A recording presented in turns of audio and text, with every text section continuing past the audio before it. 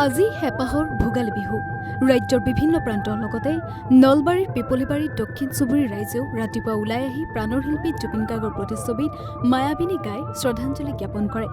হয়, আজি হেঁপাহৰ ভোগালী বিহু পুহ মাহৰ এই দোমাহীৰ দিনা ৰাজ্যবাসীয়ে পালন কৰে ভোগালী বিহু। আৰু মই বৰ্তমান উপস্থিত আছোঁ নলবাৰী জিলাৰ পিপলিবাৰীৰ দক্ষিণ চুবুৰীত। আৰু এই দক্ষিণ চুবুৰীবাসীয়েও হেঁপাহৰ ভোগালী বিহুটি এক ব্যতিক্ৰম ৰূপত ইয়াতে পালন কৰা দেখা গৈছে। জুবিন দাবিহীন এইবাৰ প্ৰথমটো ভোগালী বিহু, আৰু এই প্ৰথম ভোগালী বিহুত তেওঁলোকে জুবিন দাৰ যি হাতৰ পৰশত প্ৰাণ গীটাৰ, সেই গীটাৰখন তেওঁলোকে স্মৃতি হিচাপে ইয়াতে সদায় লৈছে। আৰু ইয়াৰ উপৰিও তেওঁলোকে মোৰ সহযোগীয়ে দেখুৱাব জুবিন দাৰ প্ৰতি শ্ৰদ্ধাঞ্জলি হিচাপে তেওঁলোকে ইয়াকে প্ৰতিচ্ছবিত চাকি ধূপ জ্বলাই ইয়াতে তেওঁলোকে শ্ৰদ্ধাঞ্জলি জনাইছে। আৰু মোৰ সহযোগী ইয়াৰ পৰিৱেশটো দেখুৱাব। বিহু বুলি ক'লে আমাৰ বিহু হ'ল আমাৰ অসমীয়াৰ হৃদয়ৰ স্পন্দন। গতিকে এই বিহুক আমি এৰি চলিব নোৱাৰোঁ। কিন্তু আমাৰ এইবাৰৰ আমাৰ শ্ৰদ্ধাৰ শিল্পী জুবিন গাৰ্গ নাই, সেইবাবে আমাৰ ইমান ফূৰ্তিৰ মাজতো আৰু কিবা এটা দুখ ৰৈ গ'ল। কিন্তু তথাপিতো আমি আমাৰ নিজৰ সংস্কৃতি পৰম্পৰা আগুৱাই নিয়াৰ কাৰণে আজি এই মেজি আৰু ভেলাঘৰত আমি গোটেইখিনি লগ হৈছোঁ।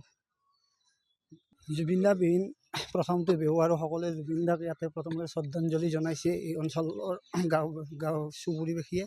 আৰু সকলোৱে জুবিন দাৰ প্ৰতিচ্ছবিত বন্তি প্ৰজ্বলন ধূপ জ্বলাই জুবিন দাক শ্ৰদ্ধাঞ্জলি জনাইছে। সঁচাকৈ আৱেগিক হৈ পৰিছে। আৰু ইয়াৰ পিছত যি পৰম্পৰা অনুসৰি মেজি সজা হৈছে, আৰু এই মেজিত অগ্নিসংযোগ কৰিব। আৰু মেজিত অগ্নিসংযোগ কৰি মই পিছতে ইয়াত মেজিত অগ্নিসংযোগ কৰাৰ পিছত সকলোৱে সেৱা ল'ব অগ্নিদেৱতাৰ ওচৰত, যেন বছৰটো সকলোৱে মংগল হয়, নিজৰ লগতে গোটেই সমগ্ৰ ৰাজ্যবাসীৰে মংগল হয়, তাৰ কাৰণে কৃত হৈছে।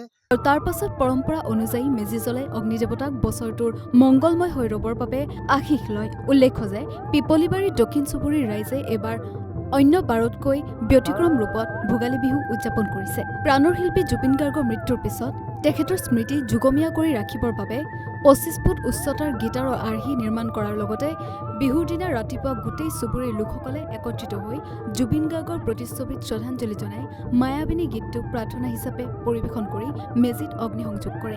শুভকামনা জনালোঁ। আমাৰ নলবাৰী জিলাৰ পিপলিবাৰী গাঁৱত অনবেলিৰ দেও এইবাৰো আমাৰ উৰুকাৰ কাৰ্যসূচী ইয়াতে কৰা হৈছে।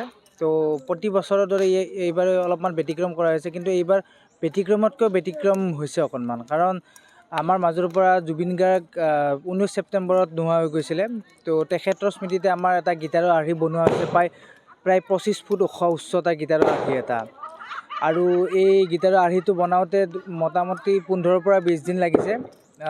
সম্পূৰ্ণ নৰা আৰু বাঁহেৰে এইটো বনোৱা হৈছে। তো এই প্ৰচেষ্টাত আমাৰ তত্বাৱধানত আছিলে বিশাল শৰ্মা আছিলে, অংকুৰ হালৈ আছিলে, নয়ন দাস আছিলে আৰু ৰাজবৰ্ধন শৰ্মা আছিলে।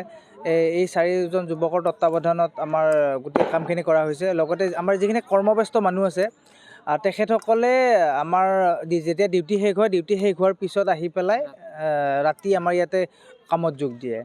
আৰু তেখেতসকলেও যিখিনি ল'ৰাই কৰিছে ইয়াতে, তেখেতসকলেও দিনে ৰাতি কষ্ট কৰি পেলাই এইটো সাজি পেলাই উলিয়াইছে।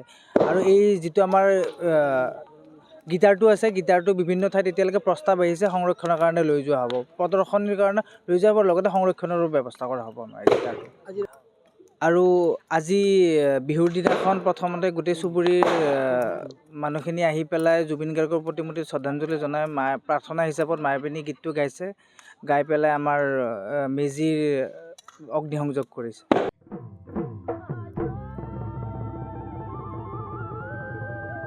নলবাৰীৰ পৰা ভৱজিৎ বৰ্মনৰ প্ৰতিবেদন, নৰ্থ ইষ্ট নাও।